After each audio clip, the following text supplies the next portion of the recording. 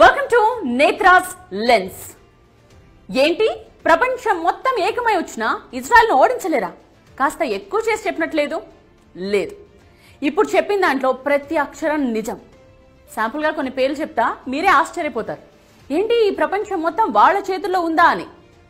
Jesus of Nazareth ఒక యూదుడు, Albert Einstein ఒక యూదుడు, కార్ల్ మార్క్స్ ఒక యూదుడు, వ్యాక్సిన్ సూదిని కనిపెట్టింది ఒక యూదుడు, పోలియో వ్యాక్సిన్ కనిపెట్టింది, లుకేమియాకు మందు తయారు చేసింది, హెపటైటిస్ బి మందు కనుగొన్నది, micro processing chip, nuclear chain reactor, traffic lights, optical fibre cable, stainless steel, sound movies, telephone microphone, video tape recorder, Polo company, Levi's jeans, Starbucks, Google, Dell computers, Oracle, Baskins and Robbins, Dunkin Donuts, CNN, ABC, Washington post.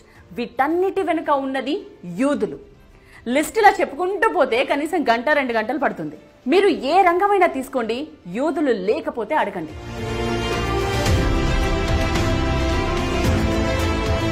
Okay, coming to the point. స్వర్గం కంటే గొప్పది ఏంటి అని యూదులను అడిగితే వచ్చే సమాధానం Israel. అక్కడి అణువణువు వారికి పవిత్రమే. అందుకే ఇజ్రాయెల్ పై దాడికి ఎవరైనా వస్తున్నారు అంటే ప్రపంచాన్ని ఓడించడానికి సైతం సిద్ధమవుతారు. మరో ఇంట్రెస్టింగ్ పాయింట్ చెప్పుకోవాలి ఇక్కడ.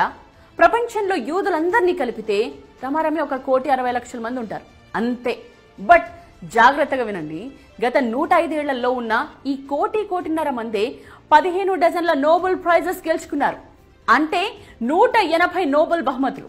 సో తమ బ్రెయిన్ లో 1% ఇజ్రాయెల్ కోసం పెట్టినా, తమ సంపాదనలో 0.5% ఇజ్రాయెల్ కోసం ఖర్చు చేసినా, తమ ఆవిష్కరణల్లో 1-2 ఇజ్రాయెల్ కు వినియోగించిన ఈ ప్రపంచం మొత్తం వారి ముందు దాసోహం అనక తప్పదు.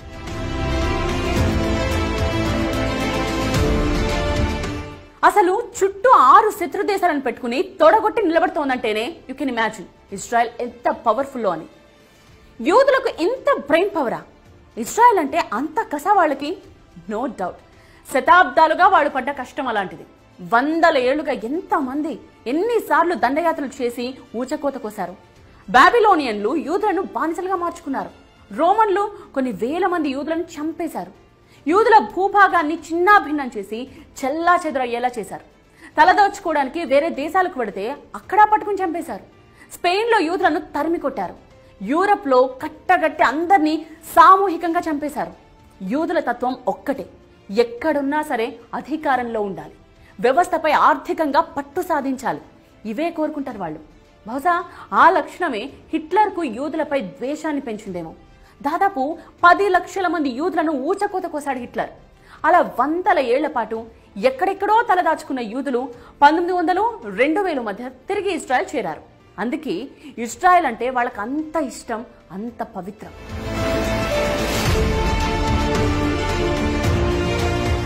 సరే, ఇంతకీ ఇరాన్తో గొడవేంటి? దీనికి ఆన్సర్ చెప్పుకునే ముందు కాస్త హిస్టరీకి వెళ్ళాలి. హోలీ ల్యాండ్, పవిత్ర భూమి. ఇజ్రాయెల్, పాలస్తీనా దేశాలు, జోర్డాన్, లెబనాన్ దేశాల్లోని కొన్ని ప్రాంతాలను కలిపి హోలీ ల్యాండ్ అంటారు. జాగ్రత్తగా గమనిస్తే ఇప్పుడు చెప్పుకునే ఈ దేశాల్లో ఇజ్రాయెల్ తప్ప అన్ని అరబ్ దేశాలే. బాగా గుర్తుంచుకోవాలి ఇక్కడ, ఈ హోలీ ల్యాండ్ ను ఐక్యరాజ్య సమితి 1947లో విభజించింది. ఇజ్రాయెల్ను ఓ దేశంగా ప్రకటించింది.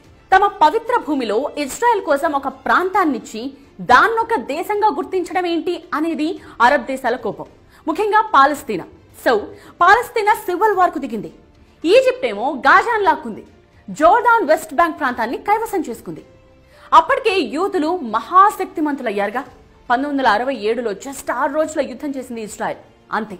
ఈజిప్ట్ నుండి గాజాను, జోర్డాన్ నుండి వెస్ట్ బ్యాంక్ ను వెనక్కి తెచ్చుకుంది. బట్ గాజా నుండి ఇజ్రాయెల్ కు నిత్యం దాడి ఎదురవుతూనే ఉంది. కారణం గాజాను హమాస్ పరిపాలించడం. ఆ హమాస్ కు ఇజ్రాయెల్ ఎదిరించేంత ధైర్యం, సాహసం ఎక్కడదంటే పాలస్తీనా, Iran and other Arab countries. Hamas కు ఇరాన్ పరోక్షంగా ఆయుధాలు సప్లై చేసింది, కావాల్సిన ధన సహాయం కూడా చేస్తూ వచ్చింది. సో ఇప్పుడు లింక్ తెలిసిందిగా, ఇరాన్ అంటే ఇజ్రాయెల్ కు, ఇజ్రాయెల్ అంటే ఇరాన్ కు ఎందుకంత కోపమో.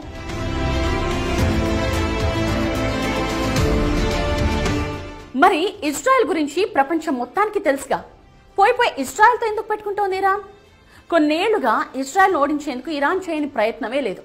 అణుబాంబ్ కోసం ఎంతలా శ్రమిస్తోందో. ఇజ్రాయెల్ పై వేస్తుందో లేదో తెలియదు కానీ ఏం చేసైనా సరే అణుబాంబులు తయారు చేసుకోవాలనే లక్ష్యంతో ఉంది.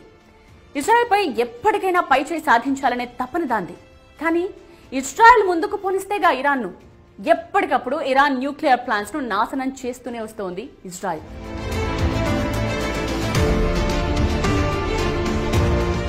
అది పక్కన పెడితే ఇజ్రాయెల్ బలం ఎంత, ఇరాన్ బలం ఎంత? అఫీషియల్ డేటా ఒకసారి చూద్దాం. International Institute for Strategic Studies IISS, Stockholm International Peace Research Institute SIPRI, ఈ రెండు సంస్థల డేటా ప్రకారం దేశ రక్షణ కోసం ఇరాన్ $7.4 బిలియన్ ఖర్చు చేస్తోంది. అంటే అటు ఇటుగా 60 నుండి 65 వేల కోట్ల రూపాయలు. బట్ ఇజ్రాయెల్ ఏకంగా $19 బిలియన్, మన కరెన్సీలో 1,70,000 కోట్లు. ఏ మాత్రం కంపారిజన్ లేదు. పైగా ఇజ్రాయెల్ జనాభా జస్ట్ 97 లక్షలు. మన హైదరాబాద్ లో ఉన్నంత జనం కూడా ఉండరు. అదే ఇరాన్ లో దాదాపు 9 కోట్ల జనాభా. కోటి మంది కూడా లేని ఇజ్రాయెల్ జీడిపి $525 బిలియన్. 9 కోట్ల జనాభా ఉన్న ఇరాన్ జీడిపి $413 బిలియన్.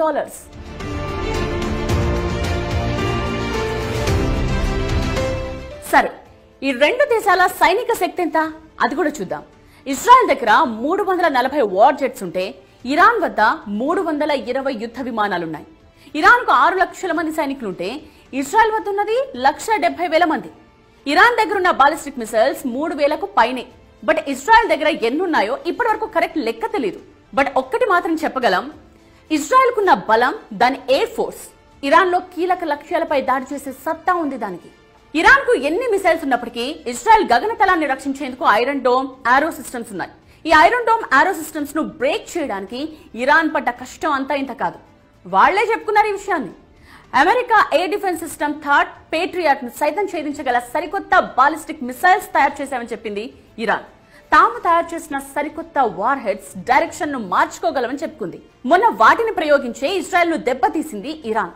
అందుకే అత్యంత శక్తివంతమైన ఐరన్ డోమ్ ఆరో ఎయిర్ డిఫెన్స్ సిస్టమ్స్ ను ఇరాన్ బ్రేక్ చేయగలిగింది.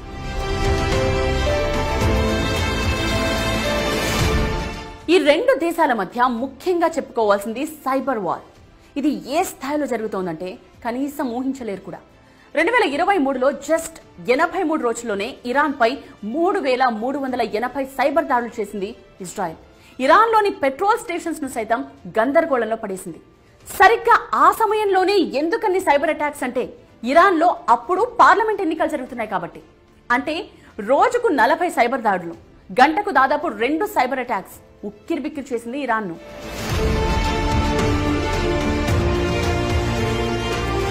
సరే, ఇంతకీ ఎవరు గెలుస్తారు ఈ యుద్ధంలో? ఖచ్చితంగా ఇజ్రాయెలే. ఎందుకని వన్ సైడ్ తీసుకున్నారా అని అనుకుంటారేమో. ఇది సొంత అభిప్రాయం కాదు, ఇంటర్నేషనల్ ఎక్స్పర్ట్స్ కూడా ఇదే చెప్తారు. ఎందుకంటే ఇరాన్ కు ఎంత శక్తి సామర్థ్యాలున్నా ఇజ్రాయెల్ కు అమెరికా సపోర్ట్ ఉంది. అసలే ఇజ్రాయెల్ మోస్ట్ పవర్ఫుల్ కంట్రీ మిలిటరీలో. సైనిక శక్తిలో ఇజ్రాయెల్ చాలా ముందుంది. అలాంటి దేశానికి అమెరికా తోడైతే ఎవరైనా బూడిదవ్వాల్సిందే. బట్ అంతవరకు వెళ్ళదు పరిస్థితి. అలాగని ఇరాన్ కు భారీ డ్యామేజ్ చేసేంత వరకు ఇజ్రాయెల్ అమెరికా ఆగవు. సో ఈ యుద్ధం ఎంతవరకు పడుతుందో చూడాలి. ఇది వాటి నేత్రాస్ లెన్స్. నేత్ర.